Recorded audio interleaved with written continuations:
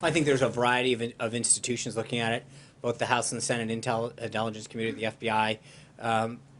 But yeah, I mean, I think that when you get to the bottom of it, we'll have a much better picture of what's happening, and I think it'll continue to vindicate him on that. Go ahead. In the follow-up, the president tweeted this morning a question about a potential DNC connection to Russia during the election. Right. Is he under the impression that the Clinton campaign had inappropriate contact with Russia during the election? Well, I think that and that's an interesting aspect of all of this that's not being covered. Number one, from everything that has been publicly available, on several occasions the DNC was asked by the FBI to investigate or to allow their servers to be looked at, despite all of the claims of their concerns about leaking. And yet the question still doesn't come out. Why wouldn't the DNC on multiple occasions rebuff the FBI? Why were they not wanting, if they were so concerned about hacks and leaking, why did the DNC not ask the FBI to come look? Not only did they not ask them, they rebuffed them on multiple occasions. Why? What are they hiding? What were they concerned of? But I think there's a serious question. I mean, they're very clear about the concerns that they have, and as well as all of the leadership in the Democratic Party. And yet, when it came to hacks and leaks out of the DNC, and they're quick to jump to the conclusion about who did it, and yet they wouldn't allow the FBI to investigate it. There's a whole second set of concerns here in terms of what was Hillary Clinton's role. I mean, you look at the Obama history, of the Obama administration, and the Clintons' involvement with Russia in terms of donations that the Clintons received from Russian entities. The idea that they sold off a tremendous amount of the uranium to the Russian government, and yet where was the concern for that? What are we doing to look into that? It was the Obama administration in 2009 that talked about a reset with Russia and a desire to reset relationships. It was Hillary Clinton who signed off on the deal that gave a Russian company 1/5 of the U.S. uranium supply. Where is the questioning about that? What did they get? There was discussion the other day about a Russian official noting that both campaigns they sought to do it. Where is the concern about their efforts on the Hillary Clinton thing?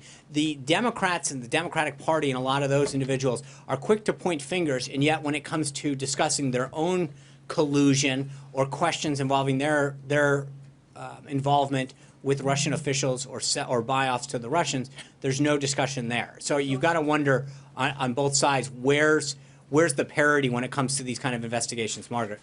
Sean, what constitutes conclusive evidence for the president on this front when you say there's more to come forward? You've got the FBI director saying nothing to back up the president's tweets about wiretapping former head of the DNI, House Intelligence Committees. I mean, we've had a series of officials. So when does this end for the president? Is it March 28th? I think, yeah, it's not a question of a date. It's a question of where we get answers. You look at someone like Michael Flynn, and you ask the question, how does an American citizen who should be protected by law from having their identity unmasked, how does that happen? Because you got to think about it like this. The FBI and all of the relevant intelligence agencies have access to this document. They can figure out who it was, right? Sorry. Hold on. So who it was? Hold on. In other words, they... So wiretapping the president.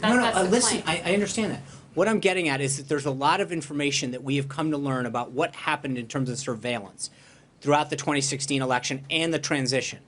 And when you look at somebody like Michael Flynn and you realize that while they might have been looking at somebody else at that time, how does somebody's name that's protected by law from being disclosed get put out in the public?